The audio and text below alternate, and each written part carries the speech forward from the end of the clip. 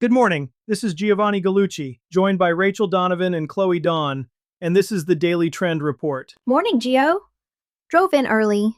Cool air, empty road, the good part of the day. Morning. Coffee's still hot. Then let's use it. Today, what the platforms just did to human content, regenerative wheat showing up in a candy bar, and why the smartest brands stopped renting their audience. Rachel, you start. So 3 things landed in the same 48 hours, and they all point the same way. Reddit put real money behind a campaign called People Are the Best, aimed straight at the AI slop on everybody else's feed. People Inc., one of the biggest publishers in the country, told a room of advertisers flat out that audiences trust creators, not machines. And Instagram quietly rewired its ranking to reward saves and DM shares and to penalize AI-spun, reposted content. Eddie and Travis both caught it.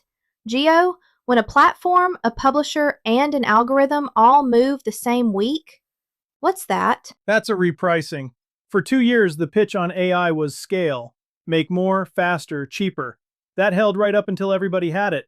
When content costs about nothing to produce, the content stops being the thing worth anything. What's left is the source. Who actually made this? And is there a real person behind it? And the audience can smell the difference now. They got fast at it. So did the machine. The tell is the DM share. Kendall's numbers put one person sending your post to one friend at roughly 15 likes worth of reach. You can't fake that. Nobody forwards a confident little nothing to a friend and says, "You've to see this." They forward the thing that made them feel something, or taught them something they didn't have 5 minutes ago. That's the bar for a forward, and it's a human bar. So the follower count matters less. It's a rental. Reach for accounts under 100,000 is sitting around 7%. Chasing raw follower growth is running on a treadmill somebody unplugged.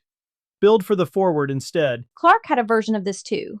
He said the real skill gap now isn't making the content, it's getting it seen. Right. Distribution is the job now. Everybody can produce. Almost nobody has a system for the forward, the repost, the reply. The brands winning run a documented distribution play, not publish and pray. The other piece Eddie had, the stuff winning right now, is rougher. A founder in a kitchen with a phone is outrunning the color-graded shoot. Because rough reads as native and native reads as true. Reels are half the time people spend on Instagram now, and the ones that travel are fast and a little weird, not polished. Production value stopped being a proxy for performance.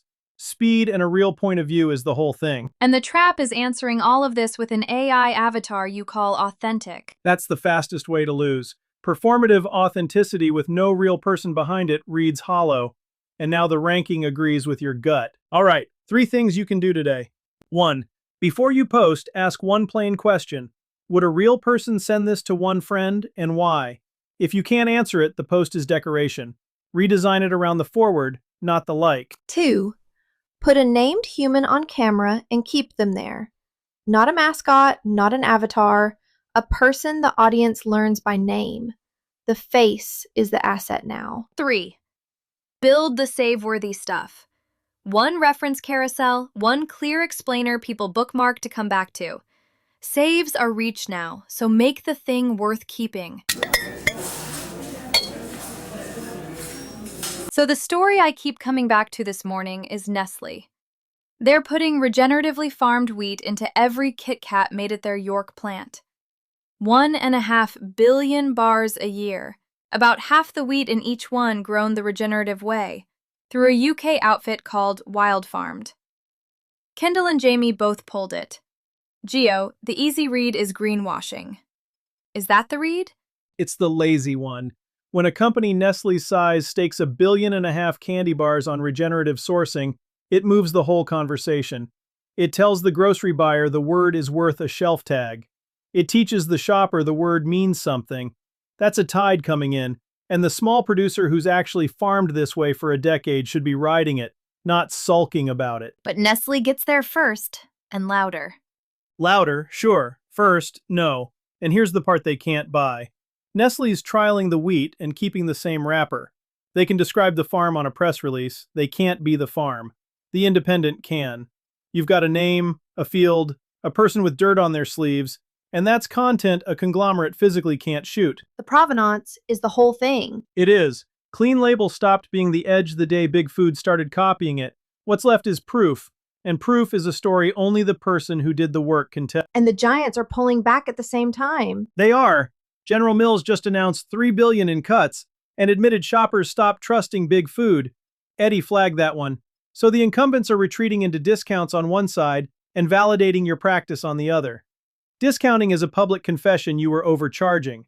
Provenance is the opposite. It's a reason to pay more. The value shopper is still trading up on the one or two things they've decided are worth it. Your whole job on social is to be one of those things. And you don't need a crew to shoot it. You need a phone and a morning. Film the co-op meeting. Ride along on the harvest. Let the farm family tell you why they do it the hard way. That's a series, not a single post. And it's the exact footage a Giants account can only wish for. So don't argue with the giant. Outstory it. Every time. Big Food does scale. You do intimacy. They can't fake intimacy, and they know it. Okay, 3 moves out of this one. 1. Film the field and the harvest, not the finished product. 30 seconds of real ground beats a studio shot right now, and it's the post a committee can't make. 2. Put the grower on camera in their own voice. A farmer telling you why one thing is in the bag out-narrates any conglomerate's press release. 3. Take the assist out loud. Post the plain explainer of what regenerative actually means while Nestlé's ad is teaching the word. Let the giant fund the lesson, and you close it. This is the one I'd sit with today. 3 brands, 1 move. Bose just told Digiday its CMO hasn't hired a creative agency in 5 years. They built their own entertainment division and make shows instead of ads. Starbucks is putting baristas on payroll as a briefed TikTok creator network, real content briefs, a real cut of the ad money, and an operator named Meredith went from about 1,500 followers under a fancy brand's page to nearly 20,000 on her own name. 3 different sizes of company, same move. Same move exactly. They all quit renting reach and started owning it. Renting is the agency retainer, the influencer you paid once, the brand page nobody follows. Owning is your own show, your own people, your own face, on a channel you control. Meredith's the proof it isn't just for the big guys. 13 times the reach on her own name versus the logo she used to post behind. That's not a rounding error. The company page is a reach penalty now. The person is the multiplier. Nearly 6 in 10 B2B buyers find a brand through a human's content before they ever hit the website. And Starbucks figured out the cheapest creators were already clocked in. Their own staff already posting at 3 times the rate of the other chains for free because they actually know the product. Starbucks just gave that a brief and a paycheck. You don't need their budget. You need the willingness to let a real person on your team talk without a script. The Bose piece is the nerve, though. No agency in 5 years. Because they stopped treating content like a campaign expense and started treating it like a product line. That's where the attention math is headed. If you're a founder or a one-person shop, you're already your own media company. Bose just proved acting like one on purpose works. The agency was the middleman standing on your own audience. Cut it out, and the relationship is finally yours to keep. Is there a catch to putting it all on one person? There's the warning. Tie a brand too tight to one face and you've got key person risk. If they leave or blow up, the audience walks out with them. So build a bench. A recurring cast, not a single star. The way a good show has more than one lead. 3 things to actually do with this. 1. Stand up one recurring owned thing. A weekly show, a standing column, a series people can find on purpose. Same slot, same face, every week. 2. Point the budget at your founder's personal profile, not the brand page. Ghostwrite for the human, not the logo, because the human is what carries. 3. Build a simple brief and pay setup for your own staff. Your most credible creators already work for you.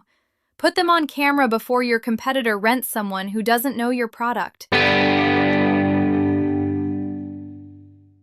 That's the show. If everything today told you one thing, it's that owned content beats rented reach. That's the whole gallucci net pipeline. I build the content engine for brands, the short-form video, the carousels, the articles, the recurring show, the stuff your own people star in. If you want a content operation you actually own, I can build it.